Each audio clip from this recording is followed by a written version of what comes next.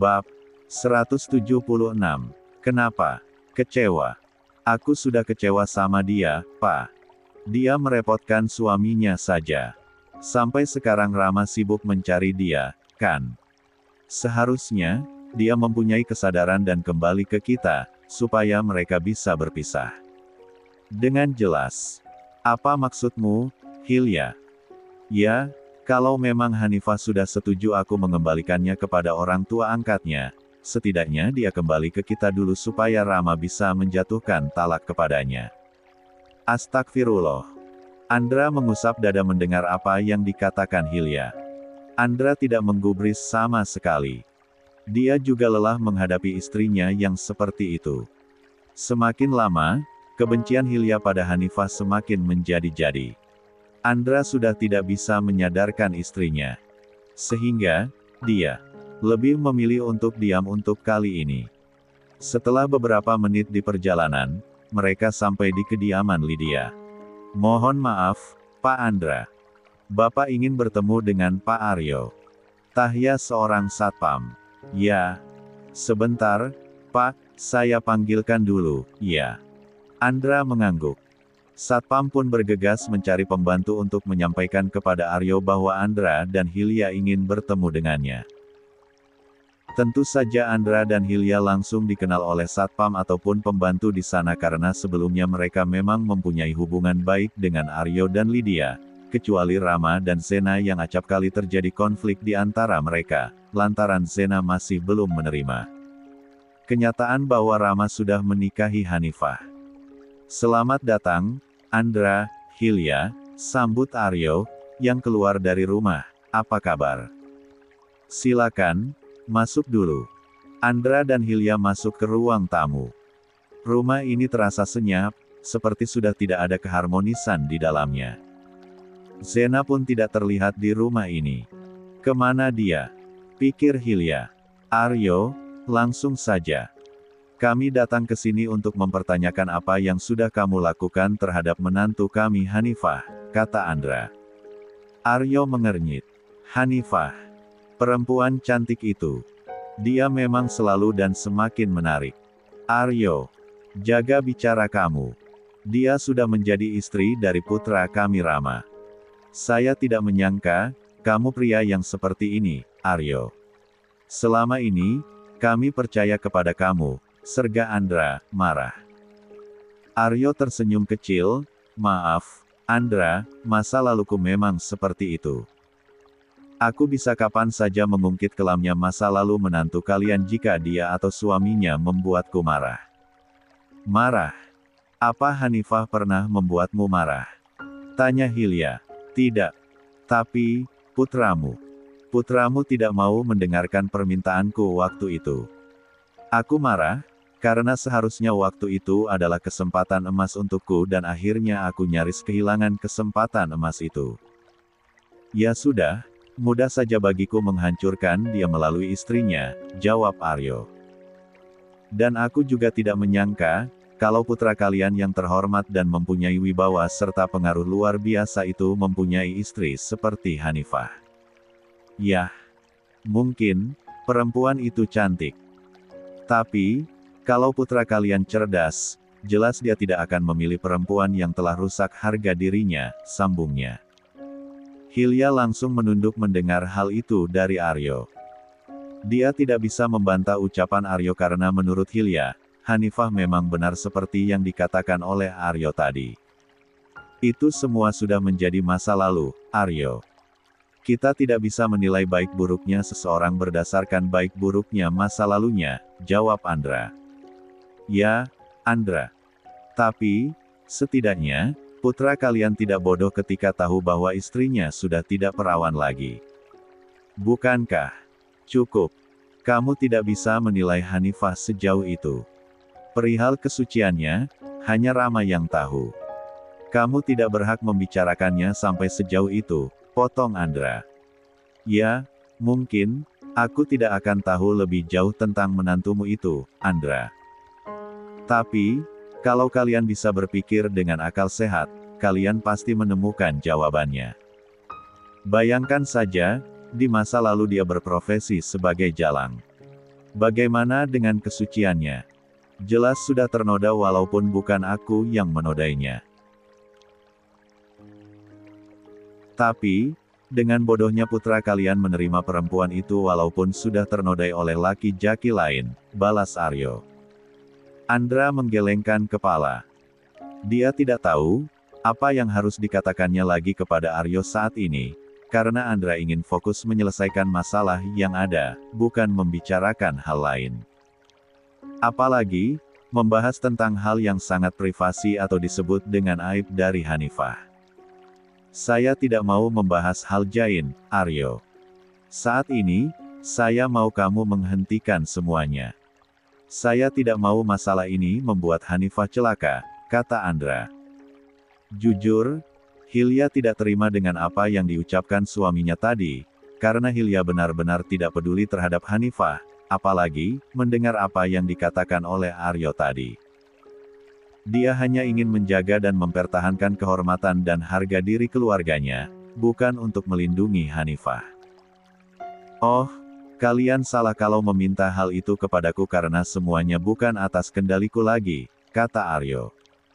Andra mengerutkan keningnya. Apa maksudmu? Ya. Sejak Rama datang ke sini dan akan menuruti kemauanku, aku berhenti ikut campur atas masalah ini, Andra. Tapi, Zena meneruskannya karena Rama akan memenjarakan dia. Sekarang, anak itu menghabiskan waktu untuk semakin membuat Hanifah hancur sebelum dia dipenjara. Tapi, anak itu pintar juga, dia melakukan semuanya agar Rama mau membebaskan mamanya. Kemana Rama? Seharusnya, dia memenuhi janjinya juga. Untuk memenjarakan Zena. Andra bingung mendengar semuanya. Tapi, dia bisa menarik sedikit kesimpulan dari apa yang dijelaskan Aryo kepadanya. Rama fokus mencari Hanifah. Dia merasa tidak bisa melakukan apapun jika Hanifah belum kembali kepadanya. Jadi, saya harap, kalian menghentikan semua ini agar situasi ini kembali membaik, jawab Andra. Kenapa bukan kalian saja yang melaporkan Zena? Tidak, tidak. Jangan sampai masalah ini dibawa ke kantor polisi. Kalau sampai dibawa ke kantor polisi, bisa-bisa publik tahu kalau perempuan yang viral itu adalah istrinya. Aku tidak mau itu terjadi. Sergah Hilya menyela. Aryo tersenyum sinis mendengarnya. Kalian sangat takut nama baik kalian hancur. Luar biasa. Nama baik kami jauh lebih penting. Pokoknya, aku tidak mau masalah ini sampai ke pihak berwajib. Kamu juga harus berbicara pada Rama, Pak, agar masalah ini tidak berlanjut ke pihak berwajib, kata Hilya lagi. Aku sudah tidak peduli Hanifah celaka atau tidak. Bila perlu, setelah dia ditemukan, Rama langsung menjatuhkan talak kepadanya, sambungnya. Istighfar, Hilya. Andra menggelengkan kepala. Aryo menyeringai. Senang, melihat reaksi Hilya yang menurutnya sangat lucu, lantaran Hilya tidak mencintai apa yang putranya cintai. Seharusnya, tidak seperti itu menurut Aryo. Tapi, Aryo tidak peduli akan hal itu. Setidaknya, apa yang dia inginkan bisa terwujud. Itu saja keinginan Aryo saat ini. Di mana Zena, Aryo? Aku ingin berbicara dengannya, tanya Hilya. Sayang sekali, aku sudah tidak tahu keberadaan Zena. Dia pergi semenjak Rama datang ke sini waktu itu, jawab Aryo. Tolong, hubungi dia. Katakan bahwa aku ingin berbicara dengannya. Aku akan mengabulkan apa saja yang dia mau asalkan dia mau menghentikan semua ini, kata Hilya. Yah, aku tidak bisa berjanji, Hilya, karena nomor anak itu tidak aktif dalam beberapa hari terakhir. Aku harap secepatnya kamu bisa menghubungi dia. Kabari aku. Hilya langsung bangkit dari duduknya. Dia kemudian keluar begitu saja dari rumah tersebut tanpa mengajak suaminya. Andra sudah benar-benar merasa kewalahan menghadapi Hilya yang seperti itu. Dia tidak mengerti lagi bagaimana jalan pikir Hilya. Andra, sebenarnya masalah terbesarnya ada pada istrimu. Dia sepertinya bertolak belakang dengan keinginan kamu dan istrimu. Walaupun di sini aku mungkin terlihat jahat di matamu, Andra, sebagai seorang lelaki aku tetap prihatin melihat keadaanmu. Mempunyai istri yang memiliki jalan berpikir seperti Hilya sangat menyusahkan, kata Aryo. Kamu tidak berhak menilai istri saya. Permisi. Andra pun bangkit dari duduknya. Dia memang marah kepada Hilya. Tapi, bukan berarti dia bisa membiarkan istrinya dikomentari sejauh itu oleh laki-laki lain. Sebagai suami, Andra akan tetap menjaga kehormatan istrinya. Brak. Andra menutup pintu mobil dengan sedikit kasar. Dia seolah sedang meluapkan rasa sakit hatinya terhadap Hilya. Apa kami bisa tidak membuatku kaget? Kesal Hilya. Kamu keterlaluan, Hilya, lirik Andra, penuh penekanan. Keterlaluan bagaimana? Apa yang aku katakan itu benar semua, bukan? Andra mulai melajukan mobilnya. Hilya, kamu boleh berkata apapun di depan keluargamu. Tapi, jangan pernah mengatakan keburukan keluargamu di depan orang lain, apalagi sampai mencela keluargamu seperti itu, karena orang lain bisa saja memanfaatkan keadaan untuk semakin memperkeruh suasana. Aku tidak peduli. Bagiku, Hanifah bukan keluarga kita lagi dan dia bukan siapa-siapa. Biarkan saja kalau dia akan dicelakai oleh orang lain, aku tidak peduli itu. Andra tidak menyangka, Hilya bisa berubah sejauh ini. Menurutnya, Hilya sudah benar-benar keterlaluan. Dia bisa berubah sejahat ini dalam memperlakukan Hanifah.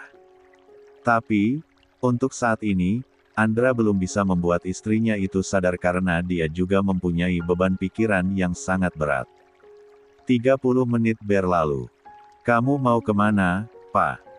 Tanya Hilya, begitu keluar dari mobil, Andra malah kembali menghidupkan mobilnya. Ke rumah Kiai Malik. Aku ikut. Pinta Hilya. Tidak. Aku malu dengan sikap kamu, Hilya. Lebih baik kamu tidak bertemu dengan Kiai Malik dan yang lain. Andra langsung melajukan mobilnya. Hilya menggelengkan kepala. Dia kecewa mendengar suaminya bisa-bisanya berkata kalau dia malu terhadapnya. Hal yang baru pertama kali Hilya dengar dari sang suami. Hanya karena Hanifah kamu sampai berkata seperti itu kepadaku. Gumam Hilya, tersenyum getir, kamu akan menyesal telah menyakiti hati istrimu hanya demi menantumu itu. Untuk yang pertama kalinya. Begitu Rama berpijak di kampung halaman Hanifah, dia pergi ke makam ibu dari Hanifah. Tapi, sayangnya, Hanifah tidak ia temukan di makam ibu mertua Rama. Prof, apa mungkin istri Anda berada di rumah peninggalan ibunya yang Anda beli kembali untuknya itu? Kata Ashraf. Ya, kita akan segera ke sana. Rama kembali masuk ke dalam mobilnya. Ashraf pun menyusul. Dia mengikuti kemana mobil Rama melaju. Kedua mata Ashraf juga memerhatikan sisi jalan. Dia berpikir bahwa siapa tahu Hanifah tengah berjalan di pinggir jalan dan mereka bisa menemui wanita itu. Mobil Rama berhenti di bangunan sepetak sederhana yang kini sudah berada di depan mobilnya. Dia pun keluar dari dalam mobil untuk masuk ke halaman dari rumah itu. Kayak pernah lihat, ya. Tapi, siapa? Aktor kayaknya. Ganteng banget, Masya Allah. Bukan. Beliau tokoh penting. Sering di surat-surat kabar. Oh, iya. Profesor Rama Ahtar Zaigam, kan? Betul. Aslinya juga ganteng banget ternyata. Kabarin gadis-gadis di sini. Siapa tahu Profesor Rama kesini untuk cari jodoh, kan? Gak mungkin. Beliau dari kota. Gadis kota jauh lebih bening-bening. Seleranya pasti gadis kota. Gadis desa cantiknya alami. Siapa tahu beliau mencari yang seperti itu, kan? Rama langsung masuk ke pagar halaman rumah yang dulunya ditempati oleh Hanifah dan ibunya. Benar. Itu beliau masuk ke rumah perempuan murahan itu. Perempuan perusak nama baik kampung kita. Istighfar, Bu. Kita punya anak gadis. Jangan sampai ucapan kita berbalik ke anak-anak kita. Loh, memang benar, kan, itu anak sudah merusak nama baik kampung kita. Apalagi, sekarang masa lalunya itu viral lagi. Nama kampung kita ikut terseret. Awas saja kalau ketemu, kita seret saja dia sampai mati sekalian. Astagfirullah. Istighfar, Bu. Sementara, Rama dan Ashraf yang sudah masuk ke dalam sana mulai memerhatikan keadaan di sekitar rumah. Assalamualaikum, Prof. Rama, salam seorang perempuan, yang selama ini ditugaskan oleh Rama untuk merawat rumah ini. Waalaikumsalam. Kenapa ibu tidak pernah menjawab panggilan saya? Tanya Ashraf. Maaf. Saya sudah tidak punya ponsel lagi. Ponsel saya sudah diambil oleh anak saya. Dia butuh ponsel untuk keperluan mencari tugas sekolah di internet. Apa yang bisa saya lakukan untuk Anda, Prof? Mohon maaf sebesar-besarnya. Hanifah. Apakah Hanifah pernah datang ke sini dalam beberapa hari terakhir? Oh, tidak, Prof. Tapi, saya pernah tidak sengaja melihat paman dan bibinya menyeret seorang perempuan seusia Hanifah. Tapi, saya tidak tahu apakah itu Hanifah atau tidak. Baik. Terima kasih, jawab Rama. Ayo, Ashraf, kita ke rumah Pak Juna dan Bu Melinda. Baik, Prof. Saya permisi, ya, Bu. Assalamualaikum. Waalaikumsalam. Hati-hati, ya, Prof. Rama langsung keluar dari pagar pekarangan itu dengan wajahnya yang sangat dingin. Bahkan, raut wajah Rama terkesan sangat datar. Ia berjalan cepat menuju mobilnya untuk pergi ke rumah Juna dan Melinda. Maaf, apakah Anda Profesor Rama Ahtar Zaigam? Tanya seorang ibu-ibu, yang merupakan salah satu ibu-ibu yang membicarakan Rama dari kejauhan tadi. Ya, duh, Masya Allah ganteng sekali. Kami sangat beruntung bertemu dengan Anda di sini, Prof. Rama. Apa boleh saya bertanya? Silakan. Kenapa Anda mendatangi rumah dari perempuan yang pernah menjual dirinya itu? Apakah dia dan ibunya ada hutang kepada Anda? Atau Anda ingin menindaklanjuti kasus dia yang kembali viral saat ini? Rama menatap dingin nan tajam. Dia istri saya. Saya tidak mau mendengar celaan dari mulut siapapun. Terhadap perempuan yang saya cintai, yaitu Hanifah istri saya. Rama tak bisa diganggu. Benar, pria itu saat ini benar-benar rancau dalam hal pikiran dan hatinya. Telinganya cukup sensitif apabila Hanifah kembali dijelekkan seperti itu. Terlebih lagi, di depan Rama sendiri. Jelas, Rama tidak terima. Saya permisi. Assalamualaikum. Rama langsung pergi dari hadapan mereka. Pria itu tidak mempunyai waktu banyak lagi untuk berbincang dengan mereka, karena ibu-ibu itu langsung terdiam dengan katup bibir terbuka. Mungkin saja, mereka terkejut mendengar pernyataan dari Rama. Prof, kita akan langsung pergi ke rumah Paman dan Bibi Hanifah. Tanya Ashraf. Ya, baik. Saya akan mengikuti mobil Anda dari belakang. Rama mengangguk. Dia langsung saja masuk ke dalam mobil dan mulai menyetir mobilnya dengan kecepatan rendah. Rama sadar bahwa saat ini, dia berada di area perkampungan. Sehingga, dia menggunakan kecepatan rendah. Sedangkan, ibu-ibu tadi masih saling menatap tidak percaya. Mereka bergelut dengan pikiran masing-masing. Namun, mulut mereka belum mengeluarkan sepatah kata pun. Bahkan, di antara mereka sedang berperang dengan kata hati dan pikiran sendiri. Apakah yang dikatakan Rama tadi benar? Pikir masing-masing dari mereka. Mereka kemudian teringat dengan sosok Hanifah. Lalu, dibandingkan dengan sosok Rama. Rasanya, tidaklah. Mungkin jika semesta menakdirkan mereka untuk menjadi pasangan suami istri. Aku yakin itu tidak benar. Akhirnya, salah satu di antara mereka bersuara memecah keheningan. Ya, itu pasti tidak benar. Mungkin, Prof. Rama berkata seperti itu sebagai bentuk rasa simpati kepada gadis itu.